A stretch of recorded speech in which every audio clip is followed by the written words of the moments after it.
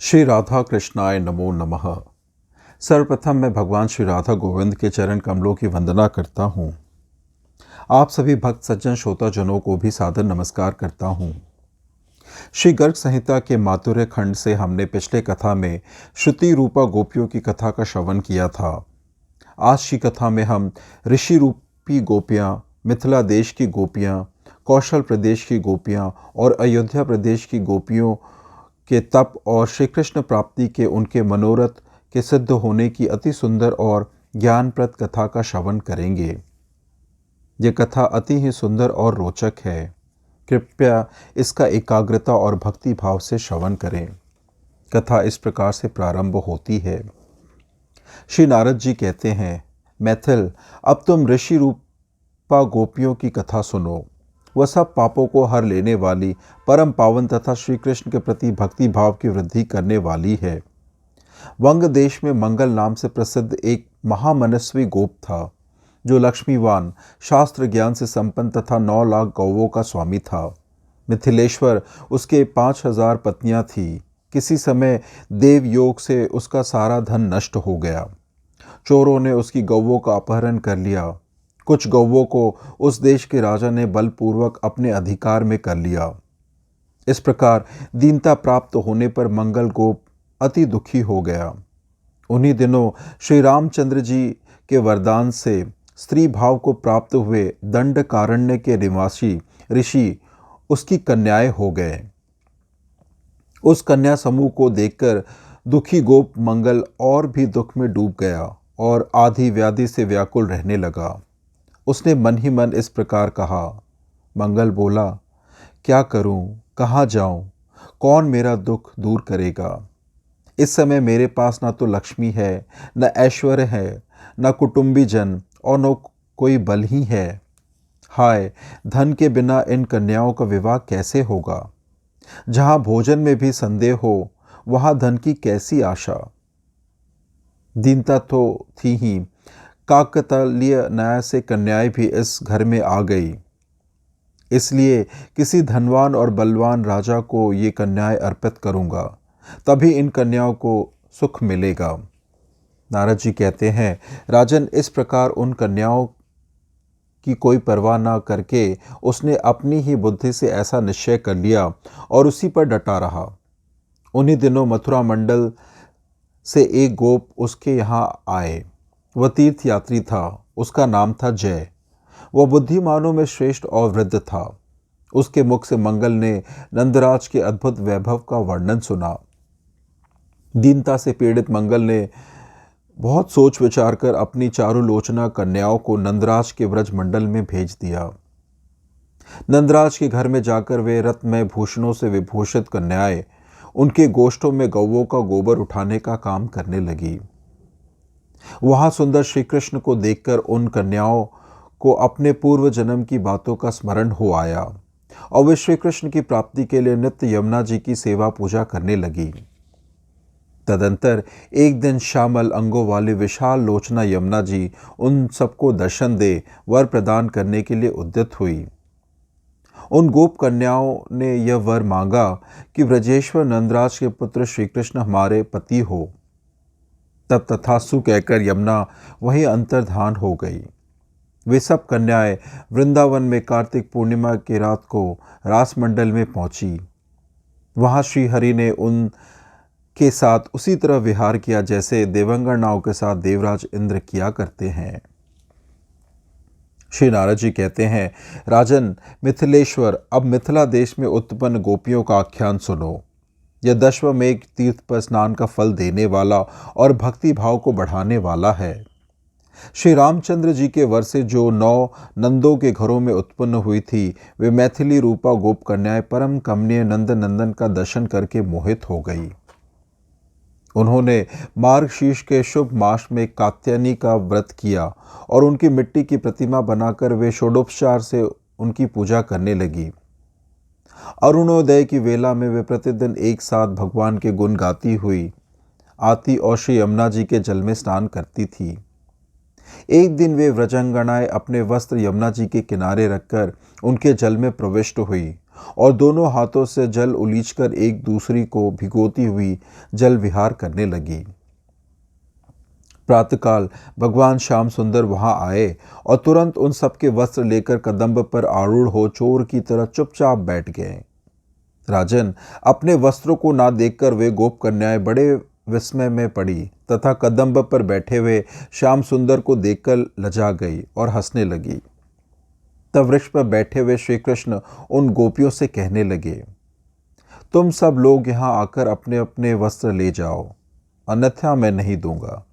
राजन, तब वे गोप कन्याएं शीतल जल के भीतर खड़ी खड़ी हंसती हुई लज्जा से मुंह नीचे किए हुए बोली।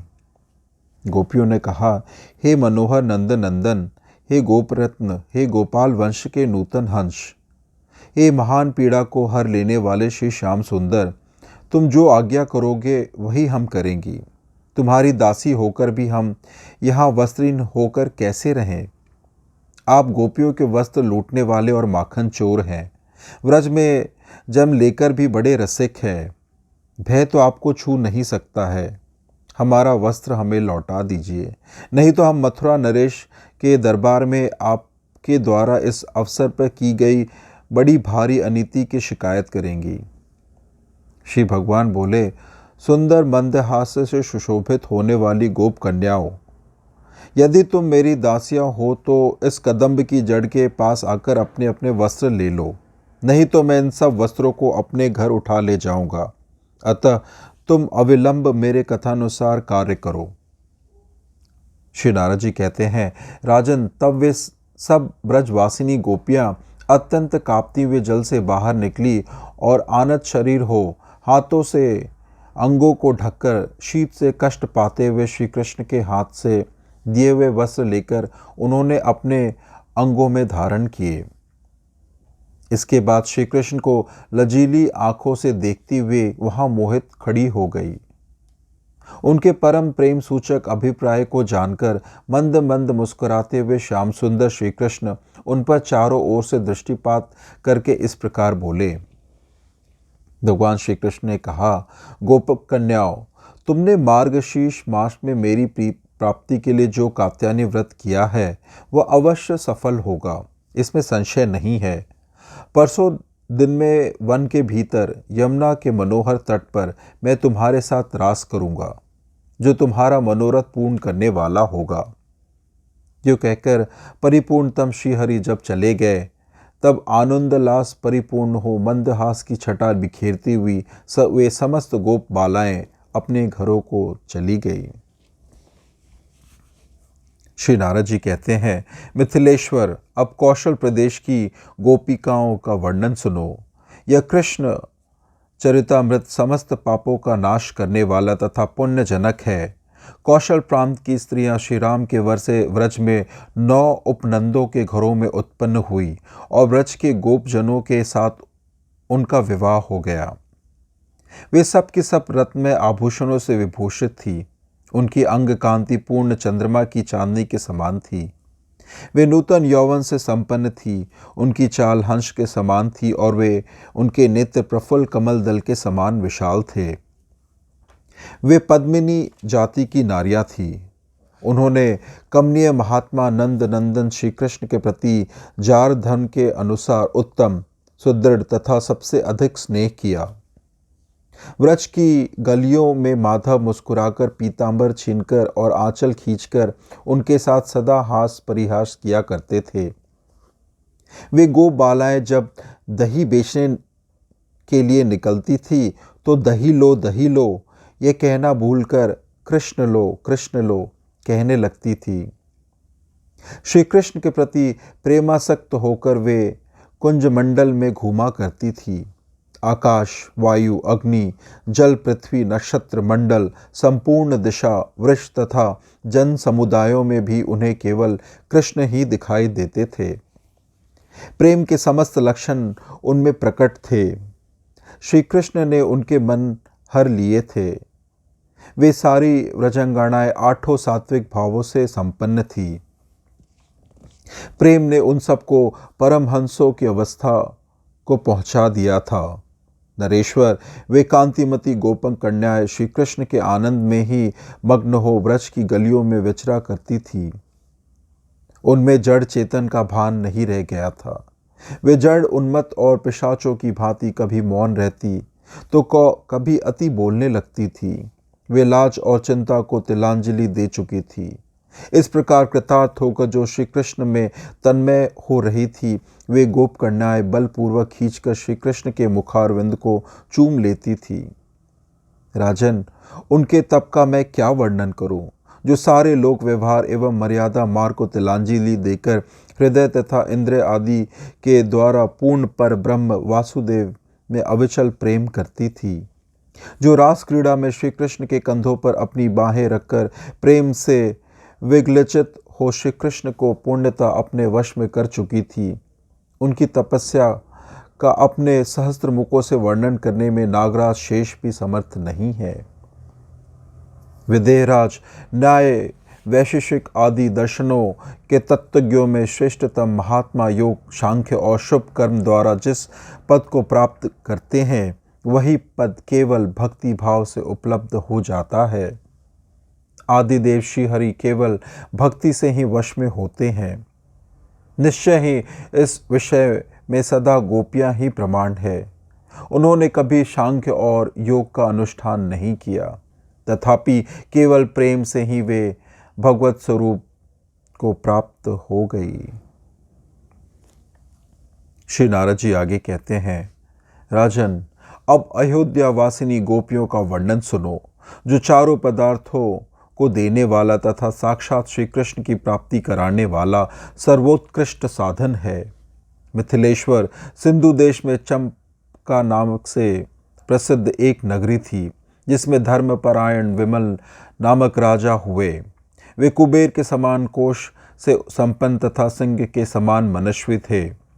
वे भगवान विष्णु के भक्त और प्रशांत चित्त महात्मा थे। वे अपनी अविचल भक्ति के कारण मूर्तिमान प्रहलाद से प्रतीत होते थे। उन भूपाल के 6000 रानियां थीं। वे सब की सब सुंदर रूप वाली तथा कमल नयनी थी, परंतु भाग्यवश वे वंध्या हो गई। राजन, मुझे किस पुण्य से उत्तम संतान की प्राप्ति हो, ऐसा विचार करते हुए राजा विमल के बहुत वर्ष बीत गए। एक दिन उनके यहाँ मुनिवर याज्ञवल्क्य पधारे। राजा ने उनको प्रणाम करके उनका विधिवत पूजन किया और फिर उनके सामने वे विनीत भाव से खड़े हो गए। नृपित शिरोमणि राजा को चिंता से आकुल देख सर्वज्ञ, सर्वविद तथा शांत स्वरूप महामुनि याज्ञवल्क्य ने उनसे पूछा। मुनि बोले, राजन, तुम दुर्बल क्यों हो गए हो? तुम्हारे हृदय में कौन सी चिंता खड़ी हो गई है? इस समय तुम्हारे राज्य के सातों अंगों में तो कुशल मंगल ही दिखाई देता है। राजा विमल ने कहा, ब्राह्मण, आप अपनी तपस्या एवं दिव्य दृष्टि क्या नहीं जानते? तथापि आपकी आज्ञा का गौरव मानकर मैं अपना कष्ट बता रहा हूँ। मुनिश्रेष्ठ, मैं संतानहीनता के दुख से चिंतित हूँ। कौन सा तप और दान करूं जिससे मुझे संतान की प्राप्ति हो? श्री नारद जी कहते हैं, विमल की यह बात सुनकर याज्ञवल्क्य मुनि के नेत्र ध्यान में स्थित हो गए। वे मुनिश्रेष्ठ भूत और वर्तमान का चिंतन करते हुए दीर्घ काल तक ध्यान में मग्न रहे। मुनि बोले, राजन, इस जन्म में जो तुम्हारे भाग्य में पुत्र नहीं है, परंतु नृपश्रेष्ठ, तुम्हें पुत्रियां करोड़ों की संख्या में प्राप्त होगी। राजन ने कहा, मुनिंद्र, पुत्र के बिना कोई भी इस भूतल पर पूर्वजों के ऋण से मुक्त नहीं होता। पुत्रहीन के घर में सदा ही व्यथा बनी रहती है। उसे इस लोक या परलोक में कुछ भी सुख नहीं मिलता। मुनि बोले, राजेंद्र, खेद ना करो, भविष्य में भगवान श्री कृष्ण का अवतार होने वाला है। तुम उन्हीं को कालांतर में दहेज के साथ अपनी सब पुत्रियां समर्पित कर देना। नृपश्रेष्ठ, उसी कर्म से तुम देवताओं, ऋषियों तथा पितरों के ऋण से छूटकर परम मोक्ष प्राप्त कर लोगे। श्री नारद जी कहते हैं, महामुनि का यह वचन सुनकर उस समय राजा को बड़ा हर्ष हुआ। उन्होंने महर्षि याज्ञवल्क्य के पुनः अपना संदेह पूछा। राजा बोले, मुनीश्वर, कितने वर्ष बीतने पर किस देश में और किस कुल में साक्षात श्रीहरि अवतीर्ण होंगे?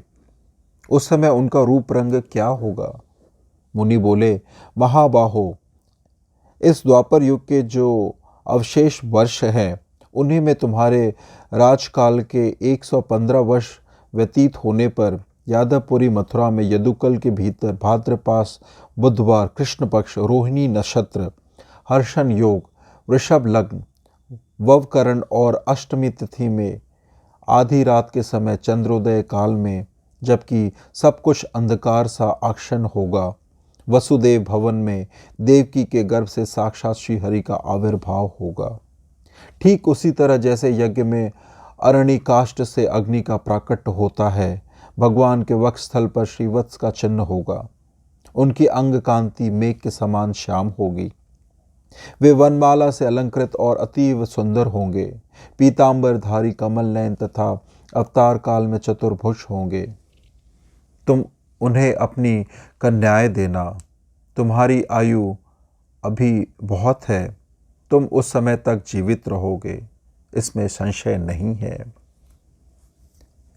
इस प्रकार से आज की यह सुंदर रोचक ज्ञानप्रद कथा यहीं संपन्न होती है।